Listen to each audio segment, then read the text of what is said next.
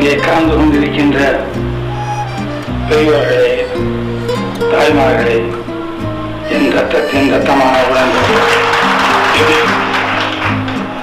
அனைவருக்கும் என் நன்றியை நான் தெரிவித்துக் கொள்கின்றேன். நான் கொடுத்து சிவந்தை கூடியவன் என்று சொன்னார். நேற்றும் அங்கே சொன்னேன், இப்ப வாங்கி என் கை சிவக்கிறது நான் சொல்லியது மறுபடியும் அதை தொடர்கரையாக்கி விட்டிருக்கின்றார்கள் என்பதை எண்ணும்போது இது மக்களுக்கு போய் சேருவதால் இன்னும் நிறைய என் கை சிவக்க வேண்டும் என்று நான் விரும்புகின்றேன். இந்த நிகழ்ச்சியை நாளையிடம் வைத்திருக்க வேண்டும்.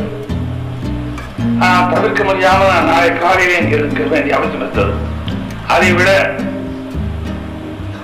2ஆம் தேதி என்ற நாளிடம் நான் ஜெர்மனிக்கு புறப்படுவதாக இருந்தது.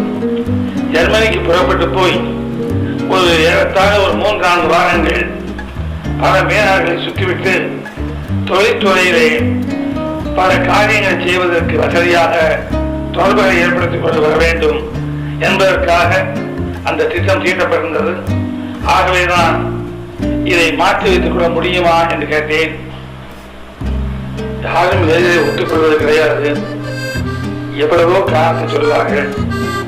எப்படியோ உடன்பிறப்பு வரலாறுகள் ஒரு சிறிதும் அதை பற்றி சிந்திக்காமல் வைத்துக் கொள்ளலாமே என்றார்கள். நான் அதிர்ச்சியுற்று போனேன். வேண்டாம் என்ற நிகழ்ச்சியை மாற்றுவதற்காக இதை சொல்லுகிறாரே என்று எண்ணினேன். அவ்வளவு விரைவில் அதை ஏற்றுக்கொண்டார்கள். ஆனால் ஏற்றுக்கொண்ட பிறகு இவ்வளவு சிறப்பாக நடத்தி காட்ட முடியும் என்பதை செயலிலே காட்டி இருப்பது உண்மையை அவருக்கு தேவைக்குரிய எடுத்துக்காட்டாகும்.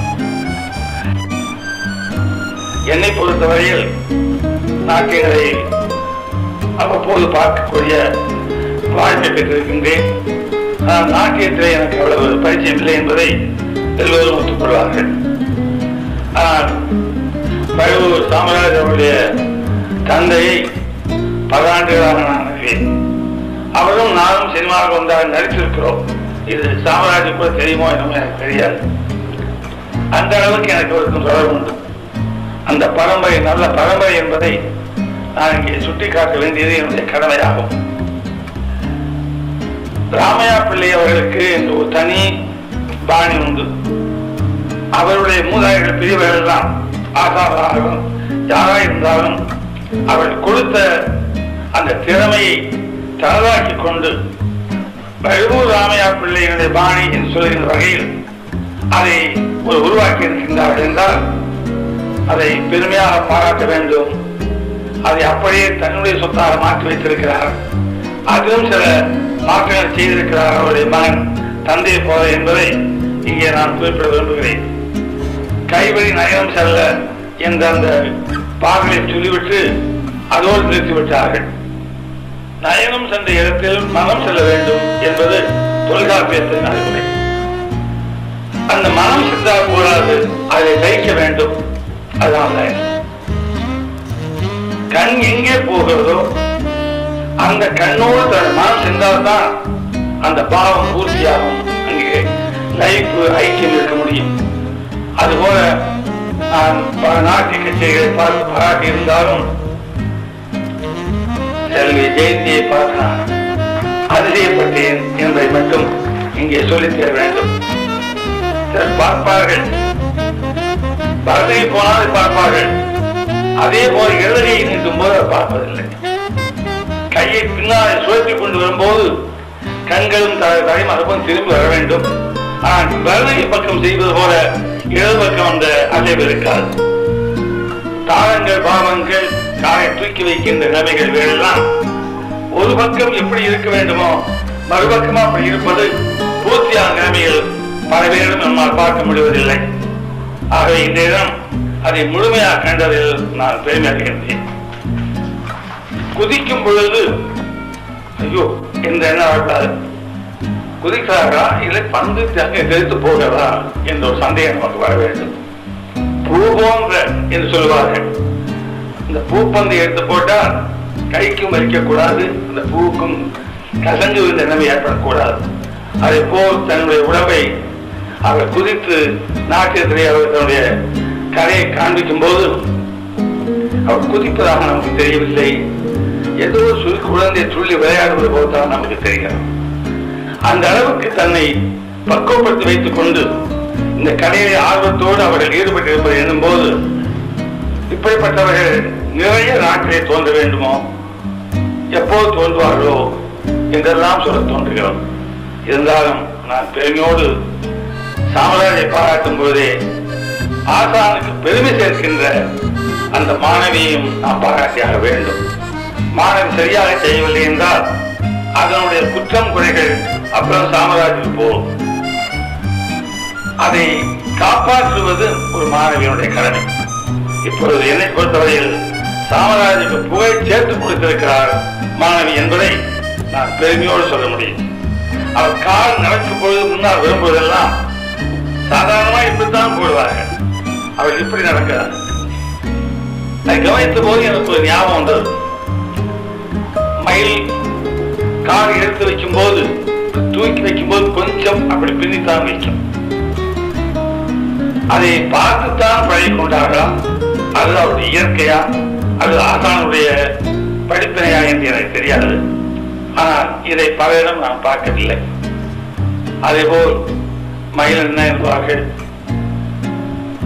அந்த அசைவு இருக்கிறதே நளினம், அதுவும் எல்லோரும் இருப்பதில்லை. பரதநாட்டியத்திற்கு நான் கேள்விப்பட்டவை எனக்கு தெரியாது. இடுப்பிற்கு கீழே ஒரு பரம்பொருந்திய உடல் நிற்பதாக தெரிய வேண்டும். இடுப்புக்கு மேலே அசைவுகள் எழுந்து ஆட வேண்டும். பாம்பு எப்படி கீழே தன்னை உடலை வைத்துக் கொண்டு படத்தை எடுத்த பிறகு மேலே இருக்கின்ற பகுதி மட்டும் அசைகிறதோ அதுபோல் நடனம் ஆட வேண்டும். அதை நான் இங்கே கண்டேன். அதை சொல்வதை நான் மகிழ்ச்சி அடைகின்றேன். அதோடு நவரசம் என்பார்கள். நவரசம் என்பது பின்னாடி சேர்க்கப்பட்டதை தவிர தொல்காப்பியத்தை சொல்லியிருப்பது எண் சுவைதான். தமிழர்களுக்கு 8 சுவைதான். இந்த மோனனம் என்பது சொல்வார்கள் யோகம். அந்த ரசம் பின்னாலே இணைக்கப்பட்டதை தவிர பழந்தமிழர்களுக்கு அது கிடையாது. அந்த நிலையில் இங்கே அதற்கெல்லாம் போகாமல் அவர் செய்திருந்தாலும் அந்த பக்தி பரவசமாகும் போது மோன நிலையில் அந்த உச்சகட்டத்தை அவள் கண்களிலும் முகத்தில் நாம் காண முடிந்தது என்பதை இங்கே நான் குறிப்பிட்டாக வேண்டும். பாவங்கள் எப்படியும் யாராலும் செய்து காட்டிவிட முடியும். ஆனால் கோபத்தோடு கலந்த குறும்புத்தனம், குறும்புத்தனத்தோடு கலந்த ஏமாற்ற நிலை, இவைகளெல்லாம் ஒன்று சேர்க்கும் போது மிகப்பெரிய சிக்கல்கள் ஏற்படும். அதை பாவத்திலே முகத்திலே காண்பிப்பது அவளை எளிதல்ல. அப்படி இருந்தும் செல்வி ஜெயந்தி அவர்கள் இவைகளெல்லாம் எவ்வளவு உன்னிப்பாக கவனத்தை கற்றுக் கொண்டிருக்கின்றார்கள், எவ்வளவு அவர் எந்த அளவில் தன்னை எவ்வளவு பெருமையாக ஆக்கிக் கொள்ள அவருடைய திறமையை பயன்படுத்துகிறார்கள் என்பதை எண்ணி இந்த இளம் வயதில் அவர்களுக்கு இந்த திறமை கிடைப்பதற்காக அவருடைய பெற்றோர்களை நான் வாழ்த்துகிறேன். அந்த செல்வி ஜெயந்தி பல்லாண்டு இந்த கலையில் உலகிலே மக்களுக்கு என்றல்ல தன் மனத்திற்கு அதை நிரம்ப கொடுக்க வேண்டும் என்று கேட்டுக்கொள்கின்றேன்.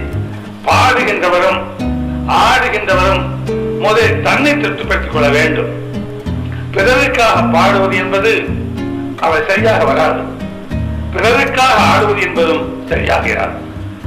அவர்களுடைய சுவை எதை விரும்புகிறார்களோ அதை ஆடுவது என்று வந்துவிட்டால் தன்னுடைய மனத்திற்கின்ற உயிருக்கின்ற உரிமை அது போய்விடும்.